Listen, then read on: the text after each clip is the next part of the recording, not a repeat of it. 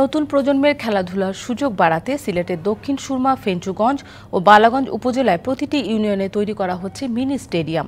পাশাপাশি বিনোদনের জন্য গড়ে তোলা হচ্ছে শেখ রাসেল শিশু পার্কও। প্রধানমন্ত্রীর নির্দেশনা বাস্তবায়নে শুরু হয়েছে এই কার্যক্রম।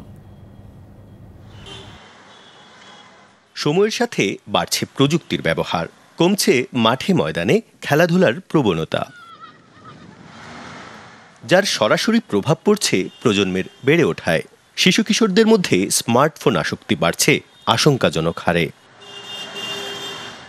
এমন বাস্তবতায় প্রধানমন্ত্রীর নির্দেশনা মেনে সিলেট ৩ আসনের প্রতিটি ইউনিয়নে স্টেডিয়াম তৈরির কার্যক্রম শুরু করেছেন সংসদ সদস্য।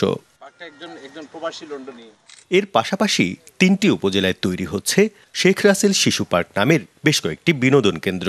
এমন উদ্যোগে উচ্ছ্বসিত ক্ষুদে খেলোয়াড়রা।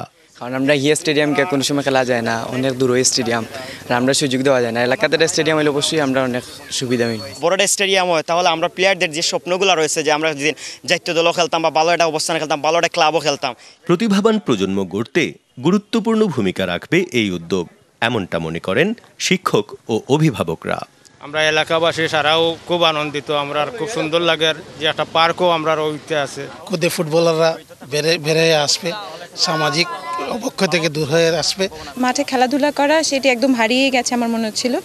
তো এটি আসলেই চমৎকার। এটি যদি বাস্তবায়িত হয় একদম পুরোপুরিভাবে এমপি স্যারের যেভাবে স্বপ্ন আছে যদি বাস্তবায়িত হয়, সেটি দক্ষিণ সুরমা কেন পুরো সিলেট ৩ আসনের জন্যই উপযোগী হবে। বিশেষ বরাদ্দের পুরোটাই এই উদ্যোগে ব্যবহার করার কথা জানান সংসদ সদস্য হাবিবুর রহমান হাবিব। একজন প্রবাসী ডোনার বাউন্ডারি ওয়াল থেকে শুরু করে পার্কের যত ধরনের অবকাঠামো উনি করে দিচ্ছেন। আমাদের তরুণ প্রজন্মের জন্য, আগামীর বাংলাদেশের জন্য আমাদের বিনোদনের পার্কের প্রয়োজন, আমাদের খেলার মাঠের প্রয়োজন, আমাদের পাড়ায় পাড়ায় লাইব্রেরির প্রয়োজন, আমাদের ক্লাবের প্রয়োজন। এ কাজে এমপি যুক্ত করেছেন প্রবাসীদেরও।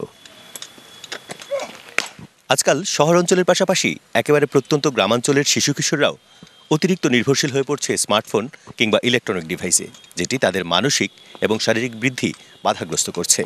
এমন বাস্তবতায় তাদেরকে পর্যাপ্ত খেলাধুলার সুযোগ করে দেওয়ার সিদ্ধান্তটি যুগোপযোগী বলছেন সংশ্লিষ্টরা। প্রত্যুষ তালুকদার, ডিবিসি নিউজ, সিলেট।